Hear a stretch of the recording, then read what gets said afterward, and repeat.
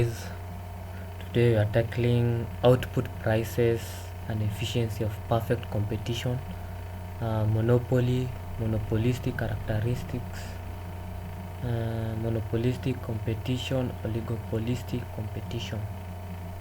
So we go straight in market structures. This refers to the nature and degree of competition within a particular market. Capitalist economies are characterized by a large range of different market structures.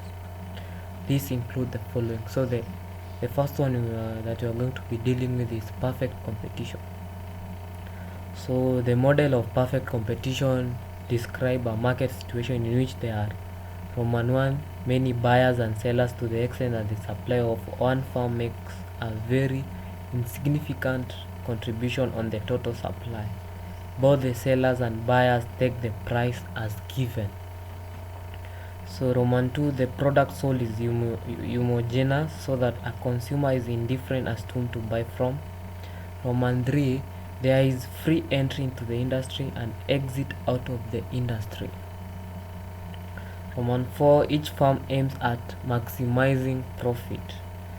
Roman 5, there is free mobility of resources, i.e. perfect market for the resources. Roman 6, there is perfect knowledge of the market. Roman 7, there is no government regulation and only the invisible hand of the market of the price allocates the resources. So Roman 8, there are no transport costs, or if there are, they are the same for all the producers. So in this perfect competition, there is short run equilibrium of the firm.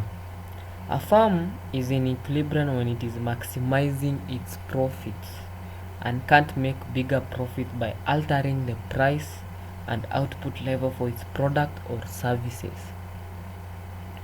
The firm will produce output when MR, which is the marginal revenue, is equals to MC, which is the marginal cost.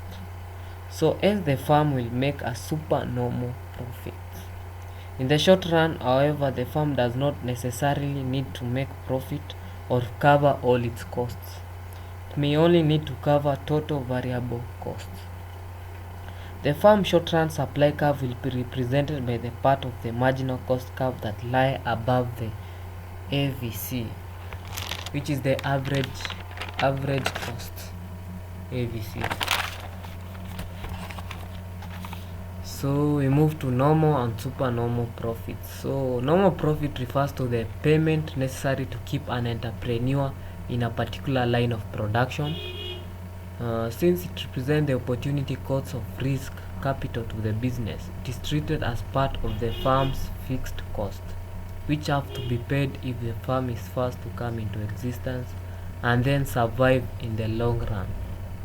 Normal profits are therefore included in the calculation which produce the AC curve, the average cost curve. Okay. Therefore, when prices exceed average cost, the firm is said to be earning abnormal supernormal profits. It is earning a surplus over and above what is necessary to keep it in that business. To bracket, the surplus is often referred to in economics as economic rent. So we move to long run equilibrium for the firm. Since there is freedom of entry into the industry, the surplus profit will attract new firms into the industry. As a result, the supply of the product will increase and the price will fall. The individual firm will face a falling perfectly elastic demand curve and the surplus profit will be reduced. This will go on until the firm is no longer making surplus profits, i.e. when it is just covering its production cost. At this stage, no more firms will be attracted to the industry. This will happen when the price is equal to the average cost and the demand curve is tangent to the average cost curve, into bracket AC curve. At the minimum point, the firm is said to be making normal profits. So advantages of perfect market: it achieves, subject to certain conditions, an allocation of resources which is socially optimal or economically efficient. So perfect competitive farms are technically efficient in the long run in that they produce that level of output which minimizes the average cost given their small capacity. Perfect competition achieves an automatic allocation of resources in response to changes in demand. The consumer is not exploited. The price of goods in the long run will be as low as possible. Disadvantages of perfect market. There is a great deal of duplication of production and distribution facilities amongst farms and consequent waste. Economies of scale cannot be taken advantage of because farms are operating on such a small scale. There may be lack of innovation in situation of perfect competition. Two reasons account for this. The first reason is the small size and the low profit of the farm limit the availability of funds for research and development. The second reason is the assumption of free flow of information and no barriers to entries implies that innovation will immediately be copied by all competitors, so that ultimately individual farms will not find it worthwhile to innovate. So we move to realism of perfect competition. So the assumption of perfect competition are obviously at variance with the condition which actually exist in real world markets.